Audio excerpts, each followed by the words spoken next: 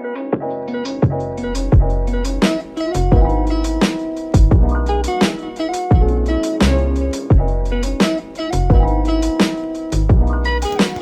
semuanya, kembali lagi dengan Nilam.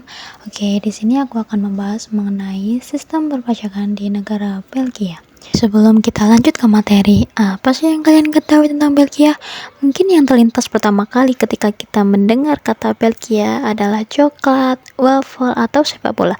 Padahal sistem perpajakannya juga patut diperhatikan loh. Belgia punya struktur perpajakan yang cukup kompleks dan menarik untuk kita bahas.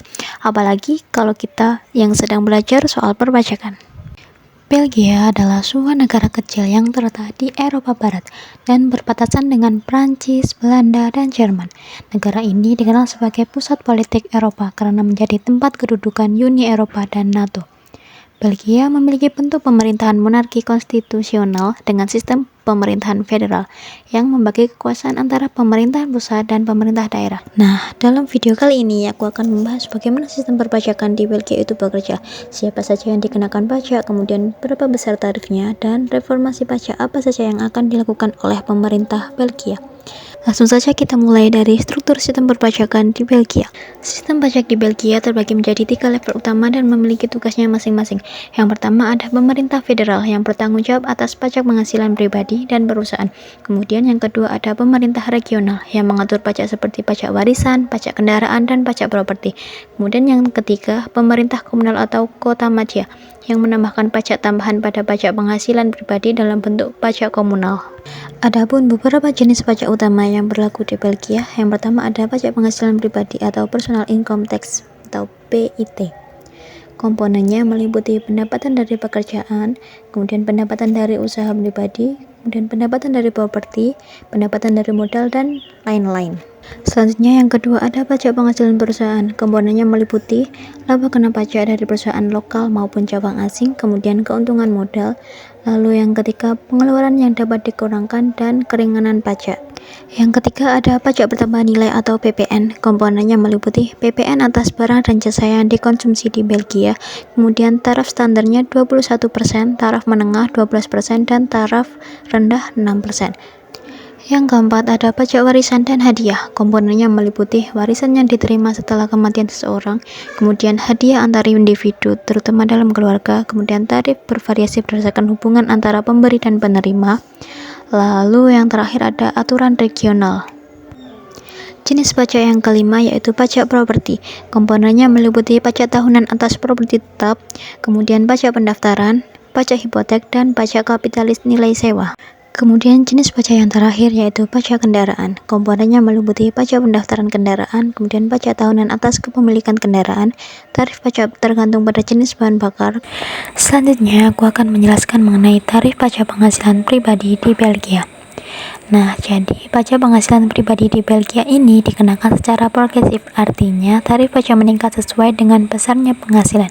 Jika penghasilan tahunannya sekitar 0 sampai 15.000 euro, maka tarif pajaknya sekitar 25%. Jika penghasilan tahunannya sekitar 15 sampai 27.000 euro, maka tarif pajaknya 40%. Jika penghasilan tahunannya sekitar 27 euro sampai 48.000 euro, maka tarif pajaknya sekitar 45%. Dan jika penghasilannya lebih besar dari 48.000 euro, maka tarif pajaknya sekitar 50%. Selain tarif federal, individu juga dikenakan pajak komunal tambahan yang besarnya bervariasi tergantung tempat tinggal, umumnya antara 6% hingga 9%. Penghasilan hingga sekitar 10.000 euro pada tahun 2024 dibebaskan dari pajak. Angka ini terus meningkat pada tahun 2025. Jumlah ini bisa lebih tinggi jika wajib pajak memiliki anak atau tanggungan lainnya. Selanjutnya yaitu tarif pajak penghasilan perusahaan di Belgia. Nah, perusahaan di Belgia dikenakan pajak penghasilan sebesar 25%, baik untuk perusahaan domestik maupun cabang perusahaan asing. Perusahaan juga diwajibkan melakukan pembayaran pajak di muka sebanyak 4 kali dalam setahun. Adapun beberapa insentif dan pengecualian tersedia, misalnya yang pertama, keuntungan modal tertentu dapat dikenakan tarif 0% jika memenuhi syarat tertentu. Kemudian yang kedua, biaya riset dan pengembangan R&D bisa mendapatkan perlakuan pajak khusus. Selanjutnya adalah pajak pertambahan nilai atau PPN di Belgia. PPN adalah pajak atas konsumsi yang dibebankan kepada konsumen di akhir. Di Belgia, tarif PPN yang berlaku adalah yang pertama ada 21% tarif standar untuk sebagian besar barang dan jasa, kemudian untuk 12% dan 6% tarif khusus untuk barang atau jasa tertentu, misalnya makanan, obat-obatan, dan transportasi umum. Nah, kali ini aku akan menjelaskan mengenai reformasi pajak terbaru yang berlaku mulai tahun 2024 hingga tahun 2025. Yang pertama ada faktur elektronik. Mulai 1 Januari 2026, semua transaksi antar bisnis wajib menggunakan faktur elektronik. Kemudian yang kedua ada Control Foreign Companies. Perusahaan Belgia kini dikenai pajak atas penghasilan dari entitas asing yang dikendalikan jika penghasilan tersebut dianggap tidak nyata atau tidak didukung oleh aktivitas bisnis sesungguhnya. Kemudian yang ketiga ada PPN pembongkaran dan rekonstruksi. Tarif PPN 6% untuk proyek ini diperluas, mendorong pembangunan kembali rumah tua secara efisien dan lebih terjangkau. Dan yang terakhir ada penghapusan tarif PPN rendah untuk energi terbarukan atau tertentu. Untuk menghindari penyalahgunaan, tarif rendah hanya berlaku untuk bangunan lama, tidak lagi untuk bangunan baru. Selanjutnya, implikasi bagi wajib pajak. Yang pertama, bagi individu, pajak penghasilan yang tinggi membuat perencanaan keuangan menjadi penting, terutama untuk mengoptimalkan potongan dan pengurangan yang tersedia. Kemudian, bagi perusahaan, reformasi perpajakan menuntut perusahaan untuk lebih teliti dalam administrasi pajaknya, terutama dalam transaksi lintas negara dan penggunaan faktur elektronik.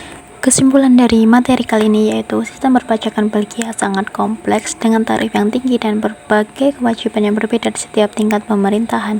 Pemerintah terus melakukan reformasi untuk meningkatkan efisiensi, transparansi, dan keadilan dalam sistem pajak. Baik individu maupun perusahaan perlu memahami perubahan yang terjadi dan melakukan penyesuaian agar tetap patuh terhadap ketentuan pajak yang berlaku. Nah, itu tadi sedikit gambaran dari aku tentang sistem perpajakan di Belgia. Mulai dari struktur perpajakan yang bertingkat, kemudian tarif yang cukup tinggi, sampai reformasi-reformasi terbaru yang sedang mereka jalankan. Meskipun terlihat rumit, sistem pajak di Belgia sebenarnya mencerminkan upaya mereka dalam menciptakan transparansi dan keadilan bagi semua pihak. Dan menurutku ini bisa jadi pembelajaran juga untuk kita dalam memahami bagaimana negara lain mengelola keuangannya. Terima kasih teman-teman karena sudah mau menyimak dari awal sampai akhir. Semoga apa yang aku sampaikan bisa menambah wawasan teman-teman semua. Sekian dari aku dan sampai jumpa.